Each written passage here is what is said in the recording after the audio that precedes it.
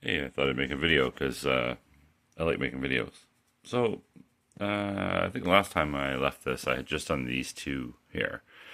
And I probably may put a picture up on my Instagram page of doing this one, but I basically made the cylinder for this one. And if you can see in there, camera's like my eyes. They get too close, I just can't see anything.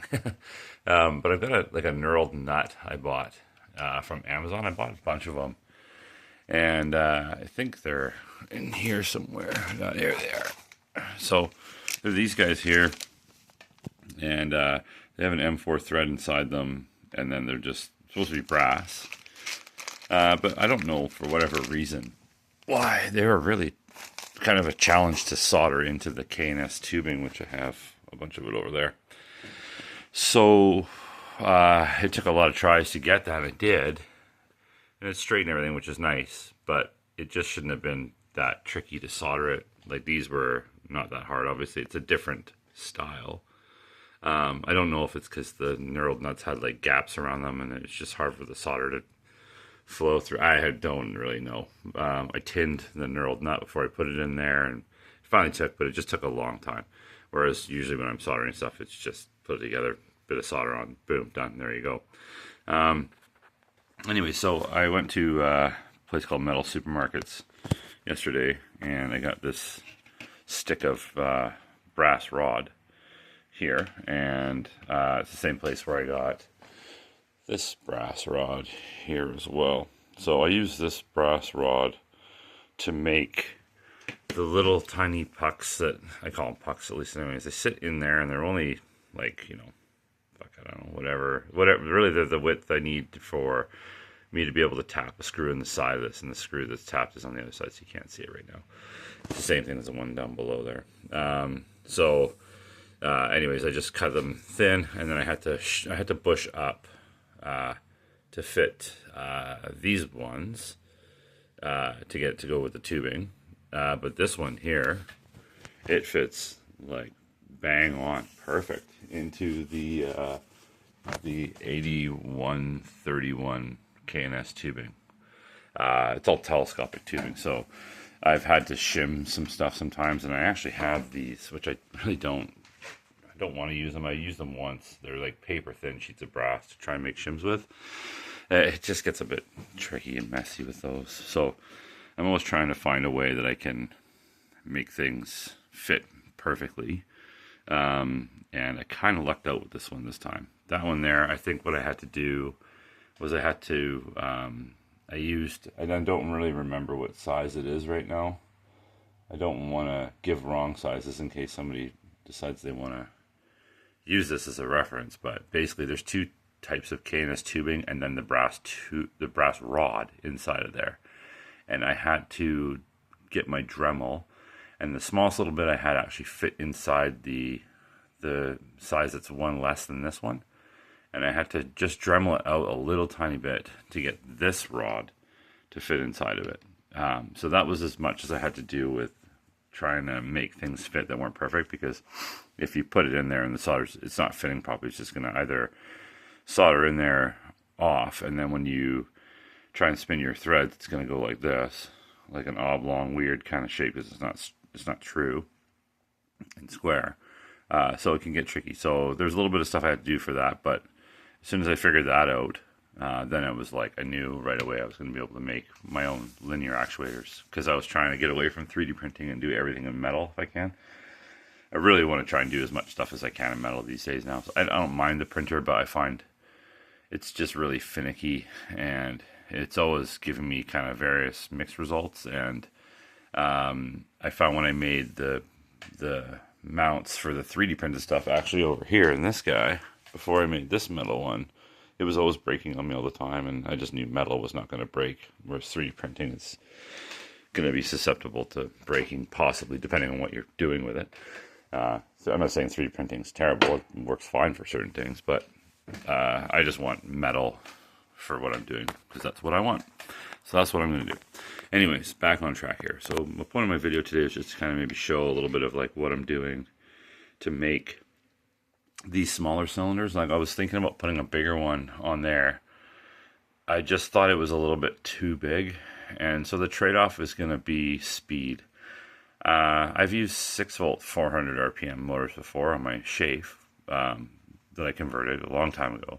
And it was really like borderline on the speed. Like for me, I was like, oh, it's just a little bit kind of too slow. But not terrible, but just really on the border. So I'm going with 12 volt 400 RPM motors. I don't know if it's going to, it might give me a little bit more power. It might give me a little bit more curling power. I don't know if it's necessarily going to change the speed. I kind of have a feeling it's not. But I'm also hoping that just because it's only the one bucket function, that when you mix it with these two here, it won't be as bad. And it'll give me some good curling power. And also, too, then I'll be able to kind of make it look a little bit more scale. So I have 3 of these I need to make in total. That's the first one. The second one is going to be for the articulating of the boom. And then the third one's going to be for the gray blade. And I'm going to make a third one, but I'm also thinking, and I don't know, because it might be too big. I haven't really looked at it. It's actually kind of the first time I'm going to look at it now, but I got this one here. I think it's called a PQ-12. It's an Actuonics actuator, and it's kind of almost like, well, it's not the same as the one I'm doing at all. It's in a case and everything, but it's a similar idea. There's a motor down below that I think it runs on a couple of gears, and it brings it up. So it's not like it's not like a, what do they call these, like an N20, but it's like a 1024 style N20 motor, where it has its gearbox here and then it's 90 degrees. Whereas this one here just has like a series of gears inside of it that run this arm here. So it's a little different, but I was thinking maybe I might try and see if I can get another one of these and put it into there. It might be a little bit too big, or if not, then I'm going to just make my own linear servo again and put it into here. And I'm going to try and see if I can make it look decent without it looking too like bulbous and stupid. So anyways, that's where I've got the 3 in total. So 1, 2, and then 3. That's the third one there. But I changed this too because I was having a lot of good luck just soldering all this together, and I think it should work out fine. So on this one too, it's different because I'm going to thread an M4 thread into this. So I'm going to cut that right on my black Sharpie line there. I'm going to drill a hole. I have a drill tap chart back here, right there. And I'm not sure what size it is for an M4. So if it's in, where is it? Oh, there we go. It's a 4 mil 0.7 pitch thread. So it's basically a 1/8, an eighth of an inch hole I need to drill into the center of this, and then tap a thread onto there. So I'll cut that, I'll mark a hole square, punch it through, drill it through, and to me that's been the trickiest part, is getting those things to be like dead center. I don't have a lathe or anything, so I'm kind of doing it by hand. And I was using my center punch for quite some time, but I find it was just too kind of fat on the end, so I was kind of losing my marks with my calipers. And I know it's not the right tool, but it does work a lot nicer because it's a finer point.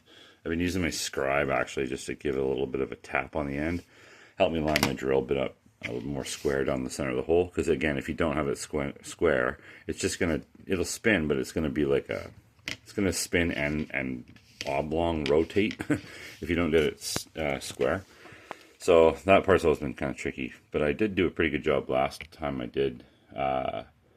I think it was, I don't remember which one I did now, but I lined it up and it was beauty. I think it was this one, and I got it really nice, and I was really proud of that. So anyways, I'm going to do 2 of these. I'm going to cut them like that, times 2. I'm going to drill a 1/8 inch hole in the middle and then tap a 4 mil thread into both of them. And then once that's done, then I can just take them and I'll solder them into the tubing over here. I think it's the, where'd it go? The 82, that's the one there. I think it's the 8132. 8132 is what I'm going to put this brass rod into.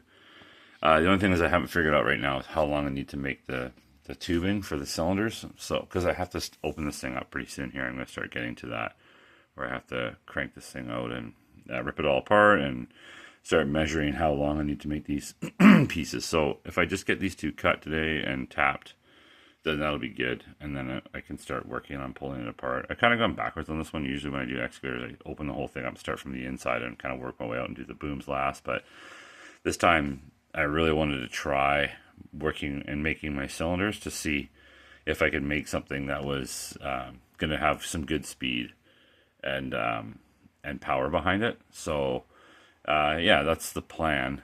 This is a lot different than how I did my chafe. When I did my chafe, I didn't do an articulation function. I didn't do a grade blade function.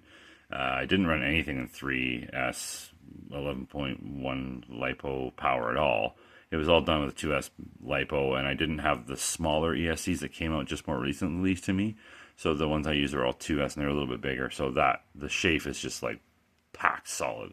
There's no room for anything. I just did not have the room to. I tried to make a blade function for it. I just couldn't get it done. I had to chop a bunch of the cab out to fit it in. The battery's got to sit. So this time I'm really hopeful I'm going to be able to cram everything into the cab and get a driver in there as well and the whole bit. I might try and tuck some ESCs into the arms to try and get some space freed up. We'll see how it goes. I'm going to really try. This will be, for me, I've seen guys do smaller stuff than this, and it's crazy. But for me, this will be probably the smallest thing I've done where I have to try and get all the ESCs into it, the receiver, the battery, the whole bit. So this will be challenging for me to do that. And some of these ones here are nice to use because they're a bit more space saving, right? I don't need to have a big cylinder like that for the function of the articulation or the blade. So I'll just go with some smaller ones for that. Try and make it look sort of realistic in size with it. And then, yeah, that's sort of the plan. So, and then I'm going to also start looking at, I think I want to get some of those like 90-degree N20s that'll go along here. I don't know how I'm going to do the tracks on this one yet. And I might not put a slip ring on this one either. I had a slip ring in my chafe and it works great. I had a slip ring in my 308 excavator. And at one point I was really having an issue with the rotation and stuff, and I thought it was maybe causing a binding issue, although it's designed to not bind at all. But it just was giving me grief, and so I took it out. It freed up a bunch of space. I put a bigger motor into that, and I fixed that, and I've never had an issue with the rotation on it since, and I've never had it stall out on me or nothing. So I don't really think the slip ring might be necessary. It's nice to have it in there, but it didn't really honestly seem to make a difference if I had one in there or not. I mean, if I sat there and spun the thing around like 50 times in a circle and tried to get it to go around, I'm sure I'd have an issue then, but I don't even really need to spin it around like that. It just usually is good enough to just kind of do a turn or two and, you know, and it's good to go. So I might just try and free up a bit of space, just make it a bit more of a hollow hole underneath, and then just have all the wires going up into there, and it'll just give a bit more room as well, because this is a smaller one too. Like, I think this has got maybe a bit more room in it than the chafe does. I'm gonna put a chafe right here. This is just my spare parts one, but it runs out of room pretty quick.